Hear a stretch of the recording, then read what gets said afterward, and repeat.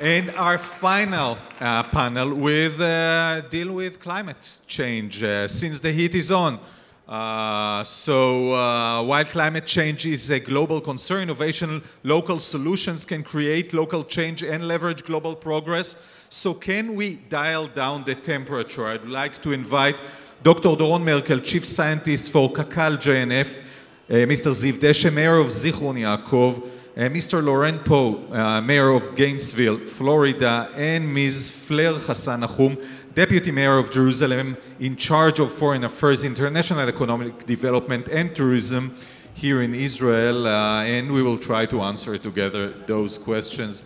Please take your seats. Thank you so much for joining. So, with your permission, we'll start with our guest from Florida. You have so many challenges, you know, many more than us in Israel, because at least we see it, you know, with hurricanes, etc., Florida, that's something that you deal with constantly. What solutions do you bring? Can you bring any? Can you do it on the municipal level, or are you looking up to the federal government and you say, hey, Mr. Biden, save my problems? Yes, thank you. First of all, great to be here. The last time I was here was at this conference about 4 weeks before the world shut down. So it's so good to be with people in person and celebrating municipal government. Although in Florida you maintained to do that during COVID as well. Yes, well, we tried, at least on a municipal level. Really in the absence of national and state leadership on climate, the city of Gainesville realized that it had to step up. That we had to take action to address our responsibility for climate change. Now, we are in a fortunate position because our city owns our own utility, electric utility. And so the biggest contributor to climate, we were able to use that advantage to start weaving in more renewable energy. We have a resolution to have 100% renewable energy by 2045. And so we started with the first feed-in tariff for solar energy in the entire United States. And just to give you an idea of the impact of that single decision, the first year we had that implemented, the city of Gainesville doubled the entire amount of installed solar energy in the entire state of Florida. So a state of over 17 million people, our little city doubled the amount of solar. We then contracted to build a biomass plant. One thing that we have in a great quantity in Florida, at least where I live, is lots of rain and lots of sun, which means things grow really well. And so we have a large timber industry. Those trees get harvested, the bark gets stripped off for mulch, the logs get made into lumber, but then there's a waste product there. And so we collect that waste product and use it to make energy. So right now, Gainesville is about 1/3 renewable energy. We're about to install an industrial scale solar facility that will bring us to about 50% renewable. We'll hear about in a little bit. The only realistic way we're going to close that gap is through improvements in technologies and innovations. But because of that, we have set an example for other municipalities around the country whose states and certainly our federal government have not been contributing to that solution, that they can do things to make a huge impact on a local level. So, Flair, let's speak about Jerusalem, big city. By far in Israel, you've exceeded 1 million citizens, residents just this year. What are your solutions, if at all? Because Jerusalem has its problems. You know, it's a very poor city. So how do you tackle that issue of climate, and what's your role in helping us all have a better future?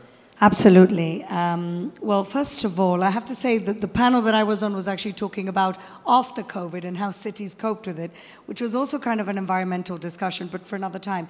First of all, the city of Jerusalem is the most advanced public transport city in the country.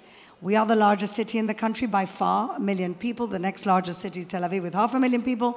But we are the most advanced public transport city in the country. We are currently have the first light rail, which is of course a green mode of transport.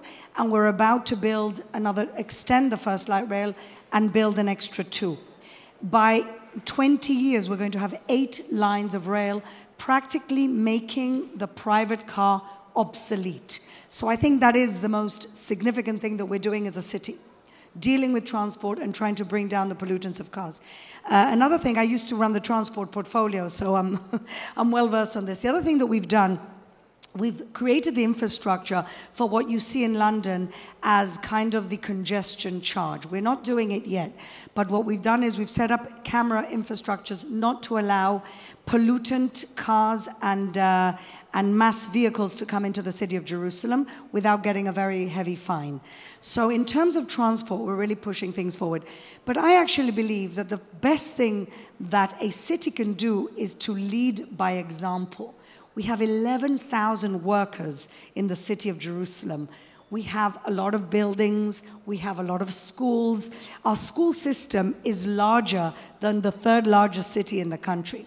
And so making all our assets, all our property, all our buildings green, which to an extent they already are, but really putting together, which is what we're doing currently, a plan to make all our assets green is really the next biggest thing that we can do. And one more thing that I think that cities should adopt, and I agree with the mayor of El Paso, Peter, was talking earlier about the fact that the solutions in the cities sometimes, many times, are really the only way that you can get things done, because on a national level things can get clogged down. And the city really is taking the lead also in climate solutions. But the third thing that we can really do is to begin to use everything that we have towards some type of carbon credit system where we get compensated and incentivized for bringing down carbons. And I'm talking to a very large company at the moment about carbon credits, which I think everybody should really be thinking about. Yes, so Zchron Yaakov is a much smaller city than Jerusalem. Ziv, let's speak about what challenges you're facing and what solutions you're bringing to that problem. You know, your citizens were very active when it came to the gas field, which is facing Zchron Yaakov from, you know, offshore, etc., etc. So 10 kilometers. That's Israeli reality. So let's speak of what you bring to the table on that very, very sensitive issue and important one. First of all, before I will start, I want to say I know that you like Zchron Yaakov and visit a lot of time. We are celebrating this week 140 years the birthday of Zchron Yaakov. So this, before I explain about environment and climate change, from my point of view, happy birthday. Okay. Now, first of all, it's a question of leadership, because as I believe that the local councils, say a small town or big town like Jerusalem, and as we say in the Corona period, we lead all the activities, all the processes with the public. And from my point of view, it's a question of policy. And like in the army, we need to divide it for three parts of activities. First of all, what is your policy? Second, if you have a clear program, operational program, and this third thing is about the community and education. I will start about the policy. From my point of view, if you want to have an impact to the climate, to climate change and to prevent climate change, is the question how you think about the environment. And from my point of view, we cannot say garbage. You need to say material. And what I mean, if you recycle, if you have a recycle process, a recycle program, for each kind of material in your town, in your small town, you have a great reducing impact of the climate change. And I give you examples, if it's okay. We separate all of kind of materials, glasses, plastic, papers, boxes, cartons, clothes, battery, material, a lot of kind of thing, and we send it for recycling. So we reduce the impact on climate change. We also have an impact about new renewable energy. So we have all of our public buildings we covered with solar panels, and it's very great impact on the environment, of course. And we also save money. It's an environment economy. And the second thing is it's a question of education and community. I think during education program in schools, in the community, we can have a big support from the community that will help us to reduce this impact. I can give you just one example. In this year, we have a survey that we survey and mapping all the trees road in streets in Zichron Yaakov. And we know where we have a tree, what we need to do, and then where we need to plant a new trees. So it's also a question what the community can support us. So, Doron, on to you. You work, Kakal JNF is the biggest by large organization in Israel dealing with the climate, trying to create our environment greener, etc., etc. But is there a solution to that huge problem? And furthermore, the lady and gentleman sitting next to you are looking at the municipal level. Is there a way that you, in Kakal JNF, can assist them in tackling that huge problem? Well, first of all, let's admit that KKL JNF, Keren קימת לישראל, is the largest and oldest green organization in Israel, which has been planting forest and managing the forest and open area in Israel for many years. And therefore, we've been involved in the battle against the climate crisis for many years. However, during the last few years, KKL JNF made a strategic decision to be even more proactive in the battle against the climate crisis, and do some real progressive in research and development and producing technologies. And me personally, as a chief scientist, I lead these progressive of technologies in regarding mitigation, adaptation, and education for the climate crisis. What kind of solutions? So we have, for example, technologies for mitigation to producing new source of energy. Okay, we just awarded the Climate Solution Prize for a research from the Technion producing hydrogen as the future renewable energy. So this is at the maybe international level and technologies for mitigation. But if you ask for a municipal level, we speak about, first of all, the technology for early warning system for floods. We know that the main extreme climate issues for cities are floods and heat waves. So regarding floods, we produce early warning system for floods. For the heat waves, we suggest urban afforestation. Urban afforestation is something good also for mitigation and adaptation because, you know, the trees supply shade, but at the same time, they sequester the carbon back from the atmosphere to Earth. So we spoke very briefly about the problems, you know, Ziv, you know, you spoke about educating and what you do, and I kept in mind 22 years ago, in the year 2000, I visited Freiburg in Germany, and they were doing all of that 20 years ago. So we're the startup nation in Israel, and we're speaking of doing things that globally were done quite a long time ago. What did we lose on the way? I give you a little question of education, of taking decision. You know, in Zichron Yaakov, we are separating the material, not the garbage. Don't say garbage, say material, from dry and wet. So the wet is going, we don't have how to separate them, and the dry we take to a big reactor for new gases produced. So it's one of example, and now we need to educate all the community how to separate this material and to do it day by day more than 10 years. So this is one of the examples how we can, by educate, it's not a question of educate, to take the community with you for these activities. So you cannot do it by yourself as a mayor. You need the community and all the local council workers to support in this policy, of course. Fleur, where are you heading? You know, you spoke of transportation because you took it to the area where it's easier for you, but there are so many other problems. So first of all, I want to react to your question. And yes, we have a lot to do and we fall short on many ways. But let's not forget that Israel is a world pioneer on solar energy in private homes. Nobody in the world has as much, you know, in order to warm our water, nobody in the world 50 years ago, 40 years ago, had solar panels on their rooftops, and we did. So let's give ourselves a little bit of credit, at least for that.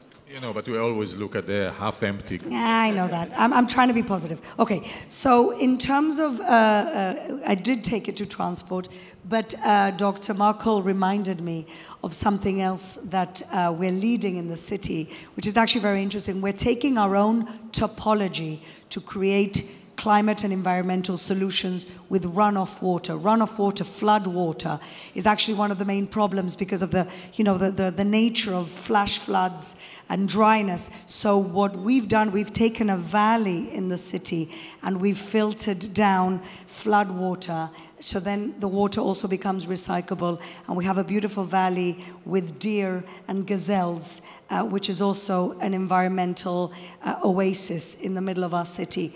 We're constantly looking for new solutions, and as I said right at the beginning, cities are the answer. So, Mayor of Gainesville, you know, climate tends to be harsher and more problematic. You feel it worse than us, but we see it as well in summer and in winter. Summer are hotter and harder, and winters are colder, etc. You see it all over the world. How do you prepare your people and yourself as municipalities, as a state, when you speak, you know, to the federal government, to the state? How do you prepare yourself for what lies around the corner?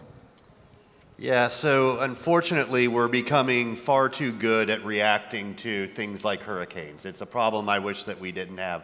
But they're so much more frequent, and not just the frequency, but the severity is so much more extreme. And so one of the big challenges for our city, we're sort of in the middle of the state, about equidistant from the two coastlines. We expect a huge increase in climate refugees that are either proactively relocating or are forced to relocate because their homes have been destroyed. And so we're developing you know, systems and plans to be able to be welcoming to those folks, to make sure that they have places to live, that they're able to work, and they're able to positively contribute to our community. But we also want them to take ownership, and that then when they move to our city, that they are going to take on a responsibility to be part of the climate solution and make a positive impact. And you know, so it's been a constant. It's part policy, it's part messaging, it's part community engagement and education.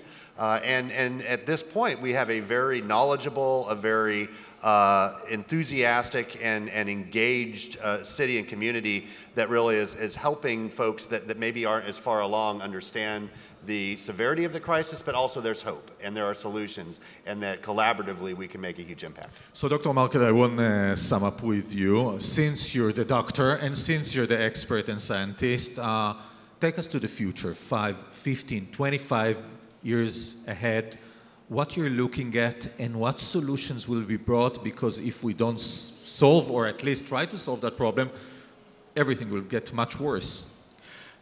Well, I want to be, I don't want to be pessimistic to say that it seems like it, nationally and even internationally, it will be very difficult to stand in the goals of reducing greenhouse gas emissions, and therefore we will confront extreme climate events, even more extreme that we are confronting right now.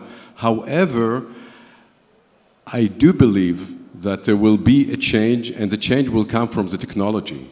Because, look, technology changed so fast. It's really hard to predict what will be the technology within 5 or 10 years from today, and the solution might be there. The goal is to reduce greenhouse gas emissions, and then we have a better climate with less extreme climate events. But there is one thing I would like to mention, which we will confront within the 10 or 20 years of the future, and these are the forest fires. And some cities are endangered from the forest fires, like what we had in Haifa and even in Jerusalem last summer, and even in Zechron. Therefore, we must find solutions, technology solutions for forest fires, meaning, first of all, early warning systems to distinguish the fire when it's small and not let it to grow larger. So, ladies and gentlemen, I want to thank you all for sharing your thoughts on this very important issue of climate. Enjoy Israel. We'll come visiting after the hurricane period is over. Thank you so much. Please give them a hand.